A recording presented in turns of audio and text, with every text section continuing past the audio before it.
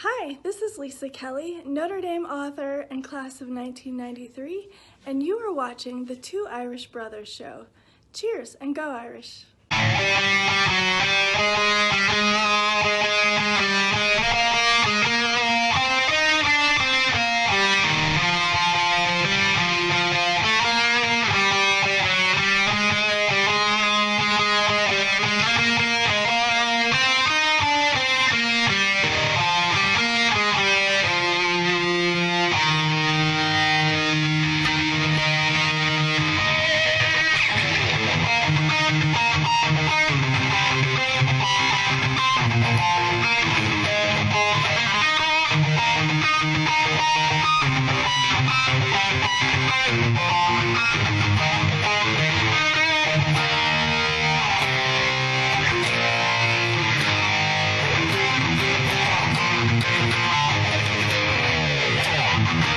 How's it going, everyone? I am ND Sean 45.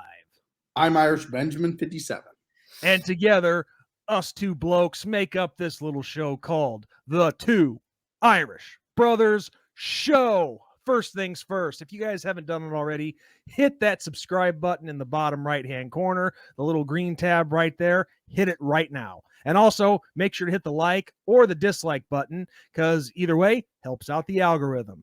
And also, as you guys see scrolling at the bottom of the screen here, instead of just posting Irv Smith's Twitter page, I decided to go ahead and post the actual website for the trip that he is a part of and that he is getting out there to people as well. Next year in Ireland, Notre Dame Navy, a golf package for an entire week along with the game itself. If any of you guys are interested, make sure to hit up that website and check it out. Maybe even buy a trip. Huh? You guys will like it. And make sure you tell them that Ben and Sean from the Two Irish Brothers sent you. So with that said, Ben, a lot of stuff going on with Notre Dame lately. A lot of news with conference realignment and all that stuff, wouldn't you say? Oh, yes. A lot of big news. Keep turning. Yes. Every day there's a new story about it. I'm not sure what to believe at this point, but we'll get to that in a second. But Ben, to start off the show, something I want to talk about. Tyler Buckner. Now, myself personally, I think he's going to be our starting quarterback at the very least to start the year, depending on how things go. What's your take? Do you think he will start, or do you think someone else will start? I truly think that it is Buckner. Yes. Okay. I think he gives us the best chance of beating Ohio State out of the quarterback group that we have. And that's nothing against Drew Pine, nothing against him. But I feel like Buckner can do a lot more with his legs than Drew Pine can. And I feel like that is and will be the key to beating Ohio State without taking anything away from our preview that we will be putting out for Ohio State. So yeah, I think he does. The only thing that Buckner has, or that Pine has, the Buckner does not, is just more knowledge in general because he's been at Notre Dame longer than Buckner. Right. So yeah, that's my prediction. And okay, and our buddy George Bashara, who is our third wheel on this show from time to time, he thinks it's going to be Drew Pine that is the starting quarterback. Who knows? It could be. Obviously these coaches know something that we don't know. I see it, and I think it is either him or Buckner. I truly do. I don't think there's anybody else really in the mix. I think it's Buckner or Pine. Period. End of story. And the reason that I bring up Tyler Buckner, because like you kind of beat me to the punch already. We have the whole season to break down, the skill sets with Tyler Buckner and Drew Pine and all the quarterbacks and players. But there's a particular reason that I bring up Tyler Buckner. Now, for starters, last year he was a freshman, and we got a taste of what Tyler Buckner can do with his legs and even with his arm. Now, obviously, his arm wasn't the best. He wasn't always accurate, but I got his stats up right here just to break it down real quick. For passing, he was 21 to 35, 60% completion percentage, 298 yards, 3 touchdowns, 3 picks, with a long of 55, and he was sacked 1 time. Now, of course, rushing is where he really shined. 46 attempts for 336 yards, 7.3 yards a carry, and 3 touchdowns. And sorry about that, guys. That was an ad that was playing. Sorry about that. But 3 touchdowns and a long of 68 yards. But what a lot of people forget about Tyler Buckner is the year before, his senior year in high school, he didn't play. Because I'm pretty sure the state of California, which is where he's from, I don't think they played any football at all. No, they did Okay, not. so And that was the biggest gripe with Buckner was, you know, what are we getting from this guy that is now sat out, not his fault. Yeah. You know, no injury or anything. That is sat out for this long period of time. What's going to happen when he hits this college field? Exactly. And here's why I bring all this up with Tyler Buckner. Now, as you guys know, Ben and myself, we do our best to promote the show all over the place, to get ourselves out there, see if, you know, there's an interest there. Well, one of the places that we post our show on is a private Facebook page called Notre Dame Football Fans, a private group, 6,400 members on it. Hey, what's up, guys? To all the cool fans there, thank you for your support. And Ben, last week I was on there, and let's just say, I don't even know where to begin, but I saw one of the most absurd posts that I've ever seen from somebody. And I have those overlays to show right now. And you've heard me talk a lot about a toxic environment amongst the Notre Dame fan base. Well, this is it. Now, this is a post from a guy, you can see his name right there, Dustin Wickiser, however you pronounce his name. He goes, I don't see what people see in Tyler Buckner. He's not good enough to win a championship at Notre Dame. And let's see, he goes on with some other things. And you guys can see the whole thing for yourself. I'll post it to the whole conversation. And yes, there's me right here. I probably shouldn't even have argued with this guy, but I get sick of this stuff. He actually tells me this: you think you know so much, right? You can't even name 5 elite athletes Notre Dame has that can compete with anyone on the Ohio State roster. I will wait. They have better backs and receivers and definitely better quarterback. Did you not see what they did to a top elite defense when they played MSU? 42-7 at half, and now they have even better wideouts than last year. Like I said, you don't watch college football. Unbelievable. This is something else. He goes on with this crap. We don't have a quarterback who has proven to be good, and their receivers are absolutely nuts, referring to Ohio State's receivers. And then this is what he just posted before we sat down to do tonight's show. If you're a Notre Dame fan like me, go back and watch last year's MSU versus Ohio State highlights. That MSU team was better than the team we have going into the season, and OSU put up 55 on a top 10 defense. We get smoked very badly. Now, Ben, here's the thing. A part of me when I saw this guy posting, I wanted to say, "Oh, automatically troll." Because you know you get plenty of those on different pages and they slip through the cracks. Yep, they do. And this on this conversation, this guy also said that we would get blown out by 40 or 50 points, and a bunch of stupid crap from this guy. Mm-hmm. And I'm thinking troll, but you know, you look on his page, and I don't know if it is a troll, because this guy has posts going back to 2018, and that's way too much work for a troll. Yeah, there are some people in this fan base that truly believe that we cannot hold a candle to Ohio State. Yeah. That's their opinion. Whatever. I disagree, but like I said, that's their opinion. And I don't know. I think the culture is different at Notre Dame. And the best example I will give. Well, let me digress for a second. the culture is changing at Notre Dame. We've seen this. Okay, we've seen it. Everything from the mass before games is coming back to the recruiting class is clearly leaps and bounds better than it was under this former regime at Notre Dame. I mean, just huge strides are being taken by Marcus Freeman and this new staff that he has put together. And the best example I can give of a team that clearly is the more talented team, clearly, going up against a lesser team, okay, and the lesser team just having their way with them because they were ready to go and they had that fire, and that's what makes football beautiful, is Alabama versus Utah in the Sugar Bowl.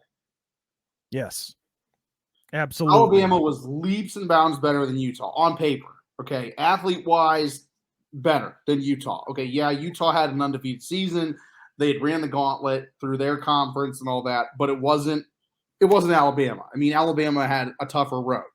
Okay, and it was one of those few years that Alabama didn't get to the big cheese. You know, one of the very few years under Saban. But they still got a BCS bowl game. Utah heard all the time throughout the time from they played their championship game to the Sugar Bowl that they didn't have a chance against Alabama. Alabama was going to smoke them. You know, they had no business being there, blah, blah, blah, blah, blah, blah, blah. Okay, what did Utah do? They ran Alabama out of the damn building. Out of the damn building. Okay, now, I'm hoping to God that that's what happens in this game against Ohio State. I can tell you're beat me to the punch already on what I hope that Freeman comes out with that fire and passion and gets these guys ready to go.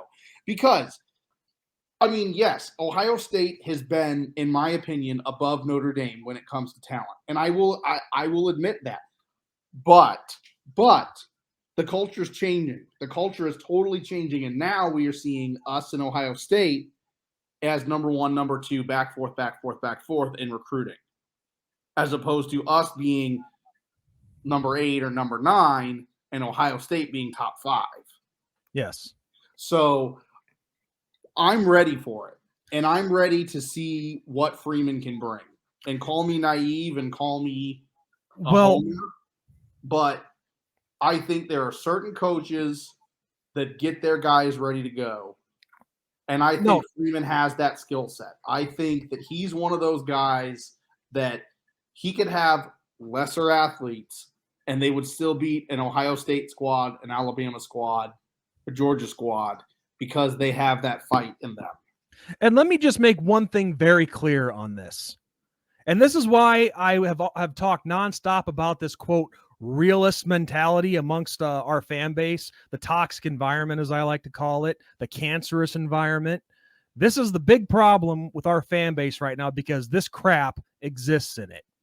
And let me just make one thing perfectly clear. And this goes back all the way to before you and I joined forces when I was doing my own thing when it came to Notre Dame football on here. I've never guaranteed victories. I've never guaranteed us to go out and win a game, no matter who the opponent is. Whether it's the number 1 team in the nation or the 121st team in the nation. It doesn't matter. But I'm going to go into each game hoping and expecting my team to win. And look, come the opening game against Ohio State, whatever happens on that field happens. And I will accept it, I will deal with it, and I will move forward. And I'd like to think you have the same mentality. Yeah, and you gotta hit the most important point of everything. At the end of that game, whether Ohio State wins by a mile or 2 points or whatever, or Notre Dame wins by a mile or 2 points or whatever, no matter what the result is, we're still Notre Dame fans at the end of the day. And I want to say, and since you brought that up, I'm glad you did, because I want to say this to all you people out there who call yourselves the realists, or to anybody out there, if you're a Notre Dame fan, if you call yourself a Notre Dame fan, but if you're already chalking this game up as a loss before it's even played, then just get the hell out of the fan base right now. Get the hell out. Us true fans don't want you here. We don't need you here. Because I've said this a million times, Ben, in the last few years, and even long before that, it started in 2000, actually, when I saw this happen. I've seen things that I've never seen with any other fan base. And you know what the deal is with that. I'll just save it. But this cancerous element in our fan base has to change. And like people like this guy, I mean, like I said, I don't think he's a troll, because there's plenty of people like him in our fan base that talk this exact same way. Yeah. So, this realist mentality is a cancer. And speaking of which, I got to say this right now, Ben. Do you think, without being too mean here, do you think this guy is capable of judging quarterbacks? Is any of us really capable of judging a quarterback? I mean, well, we're not that's coaches, the way but I look at things too, because you got a point, Sean. You got a point. I see these people, and it doesn't matter who it is, say that this quarterback's elite and this quarterback's not, or this quarterback's elite and this quarterback's not.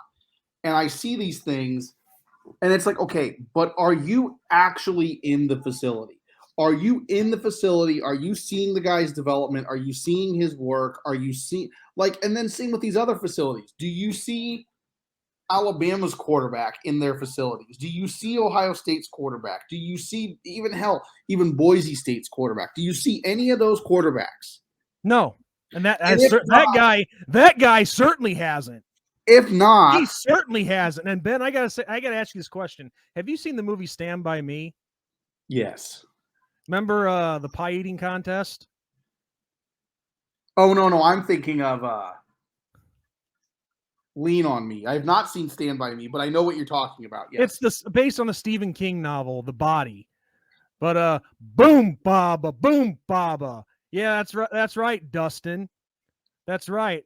I mean, let's scare some people some more. My point is, good Lord, that you have all these people that just think that this is the answer, or this player's the answer, or I mean, I get I get it more than you do, probably, but I mean, you get it a bunch too, because I've seen it and I live here in Illinois.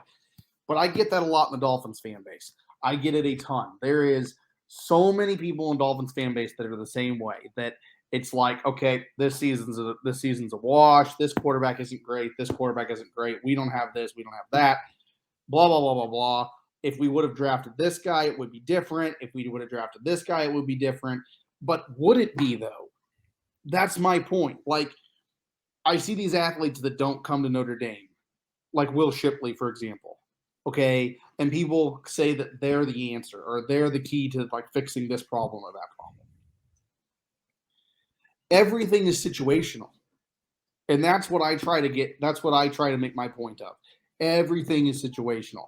Just because this dude was successful at whoever state doesn't mean he's going to be successful at this state. So. It's all situational. That's a reason why you see guys transfer. Yeah. So anyway, my point is, no, I don't think anybody in our fan base can judge quarterbacks. Okay. Well, when George has been on. Let me take that back for a second. Let me take that back. I will give credit. Okay.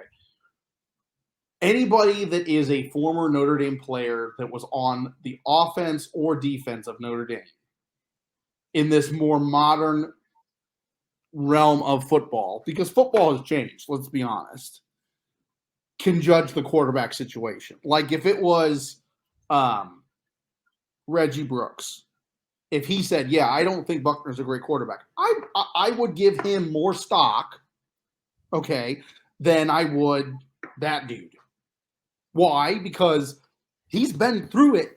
He played at Notre Dame. He played with these elite athletes. He went to a championship. I didn't. Like, I will be the first to admit, I didn't. And I'm really high school football, and there you go. Didn't go anywhere. I'm really sorry to scare people, but this guy Dustin, I guarantee you, he has not played any sports. I'm sorry. I'm sorry, Ben, but this guy didn't. You never know. Okay, well, tiddlywinks and checkers don't count as sports. I was saying he could be a lineman. You never know. But you got to be able to move to be a lineman. I don't think that guy's moved in a long time. But you see, that guy, Ben, he didn't think I'd actually have the guts to expose him. But and get a load of this. He's hoping, one of the comments that he made to me was he's hoping that we lose just so he can come back and rub it in my face, or in this case, our faces. Like, really, dude, you're gonna hope if you're a true fan, you say that you bleed blue and gold, and you want us to lose just so you can come back and rub it in our face. Then that's another reason to get the hell out of the fan base. I mean, you're a disgusting fan, just a disgusting person, Dustin. So just get the hell out. I mean, I'm sure Alabama, Ohio State, Michigan, USC, they would love to have you. But then again, would they have room? Okay. No, be nice. Okay, be nice, Sean. Be nice. But anyway, moving on. That's just what I've said a million times before. If we want to have an elite team, we got to have an elite fan base to go with it. And I know with the majority of our fans, that doesn't apply because they are good fans. Hey, there's plenty of good fans on this page. What? You got some breaking news. Breaking news. Let's hear it. The XFL will come back to St. Louis. The Battlehawks are back. Yes. Battlehawks. Woohoo! Yes. And I know that I think Dallas is a for sure team. I'm pretty sure coming into tonight, Dallas was a for sure city as well. But that is amazing knowing that St. Louis is officially back. But other cities that I've heard also, it sounded like they were doing away with LA, Tampa Bay, and I forget who else. I think New York. Looks like. But it sounds like 3 new franchises they were looking to bring in was San Antonio, Orlando, and somebody else. Who was that third franchise? Well, anyway, San Antonio and Orlando were looking to be rumored. But yeah, I have it up here on the town hall on mute. Seattle, Las Vegas, St. Louis, San Antonio, Arlington, Dallas, Houston, Washington, D.C., and Orlando. Okay. And these are just the teams. The cities of the XFL. All right. So it's likely the new cities are San Antonio, Las Vegas, and Orlando. Okay. And the cities that we lost are LA, New York, and Tampa. What was that? Tampa Bay. Yes. So I think it's safe to say that the Arlington, the Dallas team, they will keep the Renegades name. I'd like to think Houston would keep the Roughnecks, and of course, our St. Louis would keep the Battlehawks. And then DC will keep the Defenders. Yes. And then Seattle will keep the Dragons from what I saw. Anyway, let's move on real quick. So, Tyler Buckner. We were on that tangent. Are we? And I won't bring him up anymore. The other guy. I'll keep it. I'm done with him. Okay. So bye-bye, Dustin. So, Tyler Buckner, are you wanting to transition into our kind of our final topic? Well, Tyler Buckner, all I was going to say with this is in regards to what went on this past week on social media,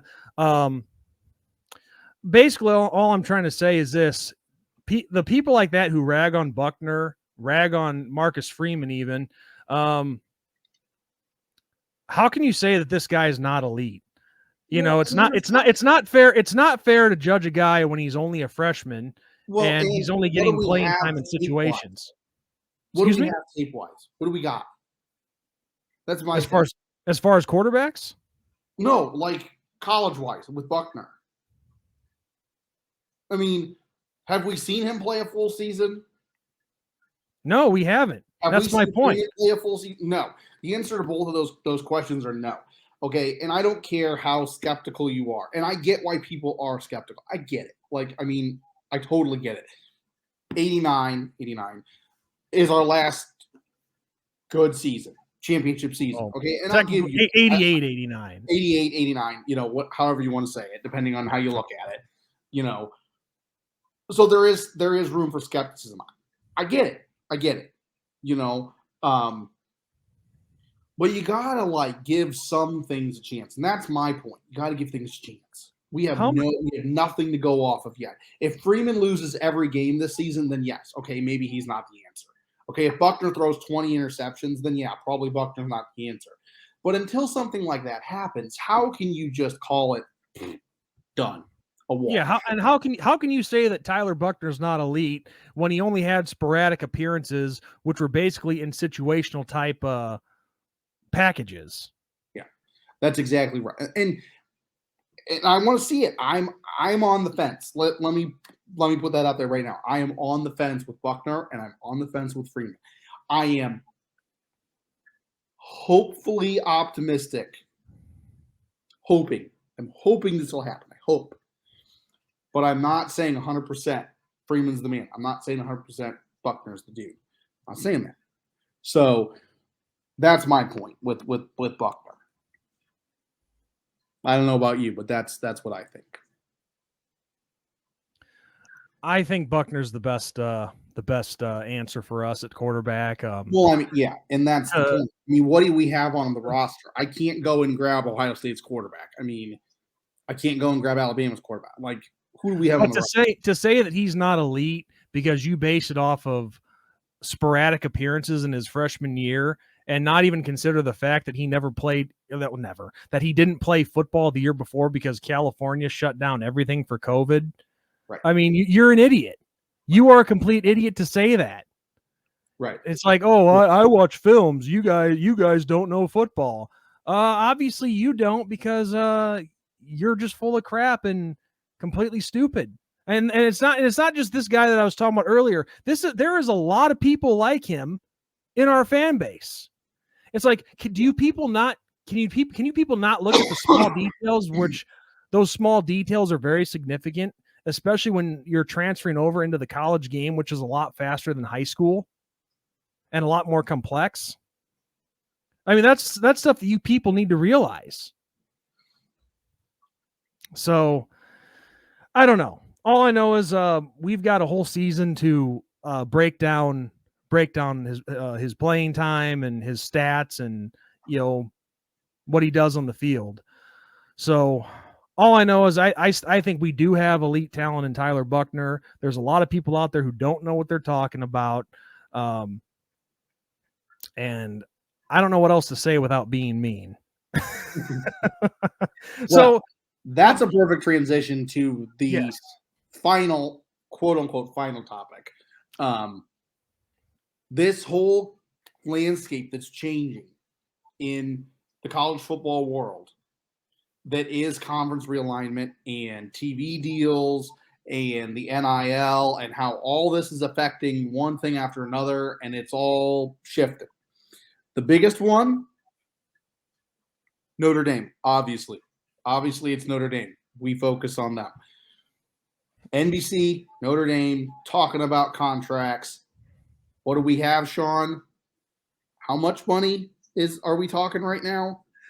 Well, when it first broke last week, I saw it on CBS Sports. Notre Dame is looking to renegotiate with NBC to make $75 million annually.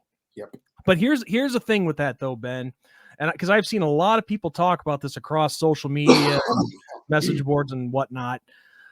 One of the things that NBC wants in this is if Notre Dame wants to make $75 million annually on their TV deal, NBC wants them to partner with the conference.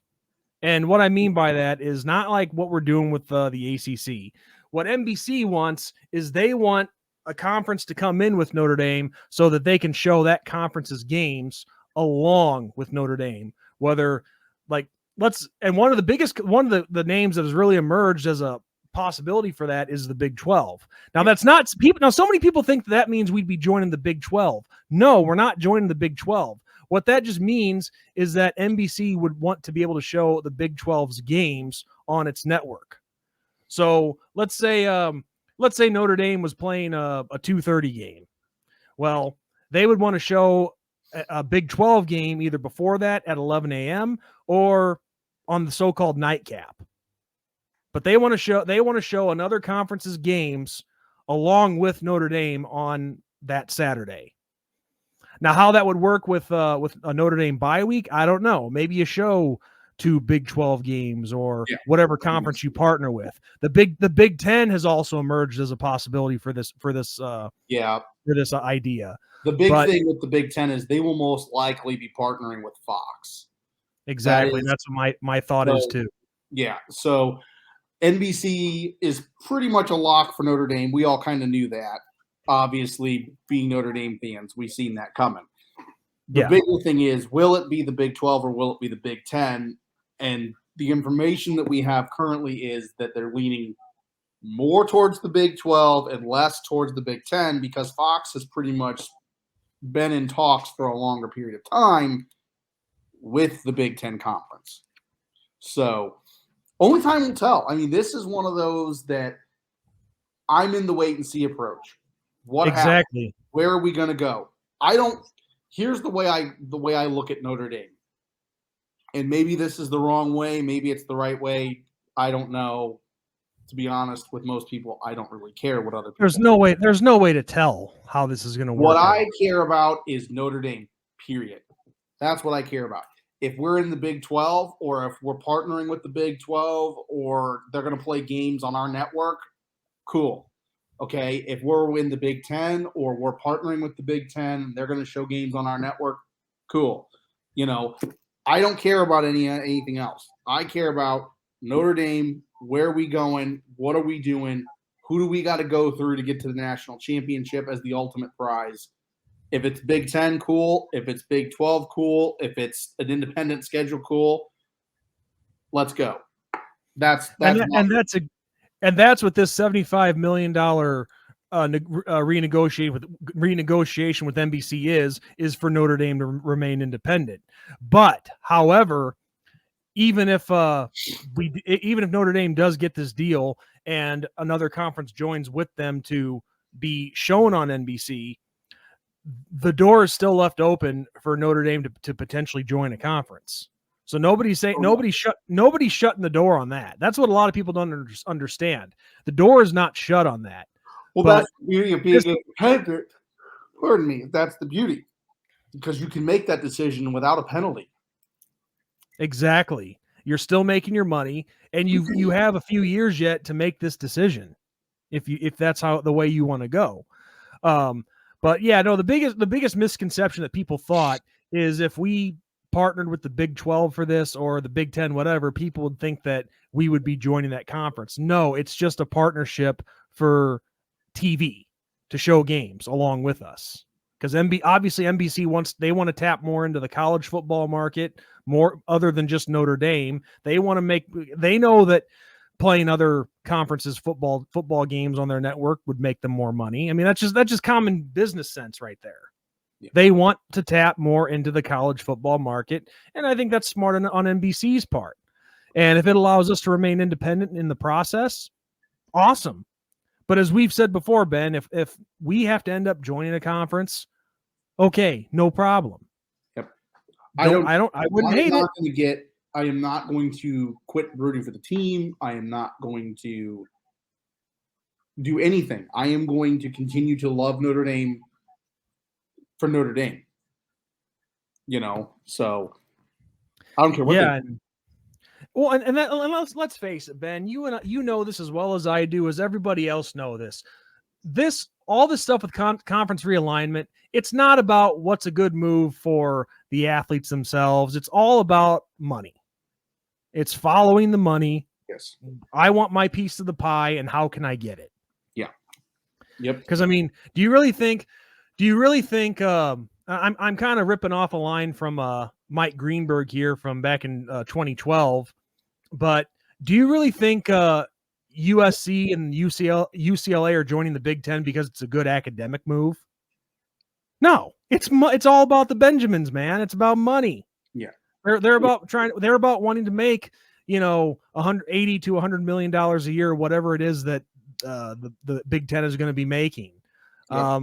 Hell, Northwestern, as I said in the last show, they made $100 million last year. So this is all about making money. So if you think that these university presidents and administrators are doing this because they care about the athletes themselves, no, that's not the case at all. Don't be fooled for a second. I'm not saying they don't care about their student athletes at all, or even just their regular students, but these are money business decisions. Yes. There's no other way around it. Yes. So and see, they're going to follow the money. Notre Dame and USC are one and the same. Okay. There's a big difference between those two schools. There's a common theme with them than there is difference-wise to UCLA. Okay, UCLA is a public university that gets public funds from the state of California. Okay, for an example. Notre Dame is a private institution. Southern Cal, USC, the Trojans, are a private institution. Yes. They don't get anything from the state of California. They have to come up with their own way of making money and paying their salaries of their employees and their teachers and all that. Okay, there is no we've messed up and we'll just ask for more money. No, there is none of that with USC. UCLA can do that. They can go, we made a booking error. Let's ask the state of California for some more money. And the state of California will be like, sure, whatever. Okay, that's not how it goes with Notre Dame and Southern Cal. That's what a lot of people don't realize. Some of these schools that are making these moves are making it for way different reasons than some of these other schools are. Yeah. Northwestern's a private institution too. So these pieces of the puzzle are a little bit different pieces than UCLA's pieces or Texas's pieces or Oklahoma's pieces. So that's something people got to consider in this whole. And I'm not justifying what USC and UCLA are doing. I'm not. I'm just saying it's a different scenario for USC than it is UCLA. Absolutely. Of course it's different. Of course it's different between public and private universities. Absolutely. So that's the big thing. And I don't think a lot of people understand and even realize that Southern Cal is a private school. I think a lot of people think that they're a public. For the longest time, I didn't realize that. So, and I'm not saying people are stupid. I'm just saying you just don't think about those things, So anyway, I digress. But the bottom line is this is a very interesting new development with Notre Dame and NBC, because they, who with this, a move like this could mean a number of different things. And I'll just give one example, but there's so many different ways that this could go. Notre Dame renegotiating with NBC, making their $75 million a year. Let's just say go with the Big 12. We bring in the Big 12 with us to be shown on NBC, whether it's before us or whether it's after us. Well, that could mean other things like the ACC staying together, seeing that, hey, we're making this. Notre Dame is making their money. Let's continue to try to bring them in as full-time members. One possibility. Hey, a move like that, the ACC could completely collapse and join other conferences and whatnot. But like we said already, who knows what's actually going to happen and where all this goes. For me anyway, there is no clear picture of what's going to happen. We could still join the Big Ten. We could still join the Big Ten. Yes. That's not out of possibilities. Or become full-time members of the ACC. You said, we have no idea. None. The only people that truly know what's really going on is the athletic director of Notre Dame and the president. That's it. Now, in the last video that we did, we had someone comment saying that we should join the SEC. Well, no way that happens. I do not see that happening. That's I would say there's a 99% chance that does not happen. Because you got to leave that 1% in there, because I've seen stranger things happen. Yes. So could it happen? Yes. Will it happen? Probably not. Yes. No, I agree. I agree with you. But I There's a better really possibility of the Big Ten than the SEC, in my opinion. But really, with the overall landscape of college football and everything that is changing just so fast, I don't think it's going to happen overnight. This is definitely going to take, at least, in my opinion, another year to sort itself out. Yeah. Who knows? Who freaking knows where this is going to go? Yeah. So on that note, Ben, I'm out of stuff to talk about. Is there anything else that you have, Dad, that you might want to talk about? I got nothing. All right. Well, again, for everybody watching, I'm sorry I scared you with those horrific photographs and those comments earlier, but that guy really didn't think I'd have the balls to expose him, but I did. And Ben, I'm sorry that you were in the middle of this. I really apologize, but I gotta stand up for my guys, and that includes Tyler Buckner. What? You looked angry. I'm not angry. You look like you had something you wanted to say. Say No. it, you scallywag. Nope. All right. Well, on that note, everyone, thank you so much for watching. I am ND Sean 45. I'm Irish Benjamin 57. And as we always say, God bless, good night, and go Irish. Go Irish. Stay cool out there, everybody.